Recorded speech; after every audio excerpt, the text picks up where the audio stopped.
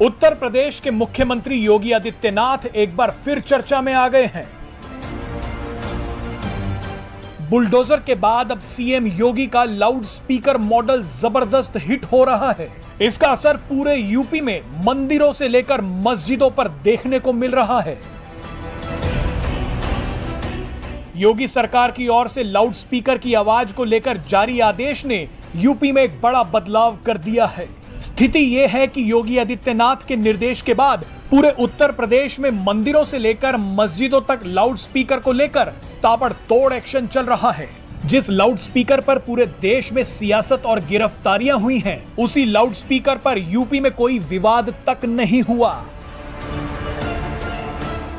सरकारी आंकड़ों के मुताबिक धार्मिक स्थलों से 10,000 से ज्यादा अवैध लाउड स्पीकर हटवा दिए गए हैं, जबकि 35,000 से ज्यादा लाउड स्पीकरों की आवाज निर्धारित मानक के अनुसार कम कराई गई है। सीएम योगी की पहल पर सबसे पहले कृष्ण जन्मभूमि मथुरा में लगाए गए लाउड स्पीकर हटाए गए।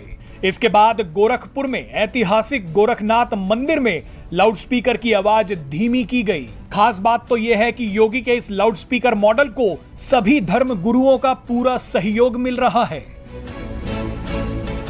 आपको याद दिला दें कि दंगाइयों, माफियाओं और भ्रष्टाचारियों के खिलाफ पहले ही योगी का बुलडोजर गरज रहा था। पूरे देश में कई जगह सरकारें सीएम योगी का बुलडोजर मॉडल अपना रही थी।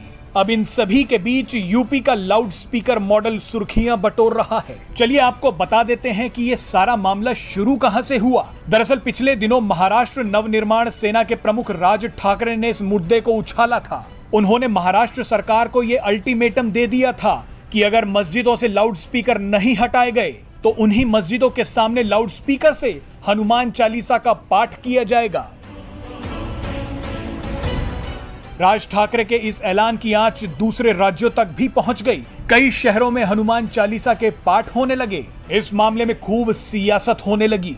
देखते ही देखते लाउड स्पीकर का यह विवाद उत्तर प्रदेश तक भी पहुंच गया। यूपी में भी कई जगह लोगों ने हनुमान चालीसा का पाठ किया। बस यहीं से इस पूरे मुद्दे में यूपी के सीएम योगी आदित्यनाथ की एंट्री हो गई। आपको यहाँ एक कानूनी पक्ष भी बता देते हैं। 17 साल पहले 2005 में सुप्रीम कोर्ट ने लाउड स्पीकर बजाने को लेकर आदेश दिया था। कोर्ट ने साफ तौर पर कहा था कि ऊंची आवाज सुनने के लिए मजबूर करना मौलिक अधिकारों का हनन है। कोर्ट ने उस दौरान कहा था कि किसी को भी इतना शोर करने का अधिकार नहीं है कि पड़ोसियों और दूसरे लोगों को परेशानी हो।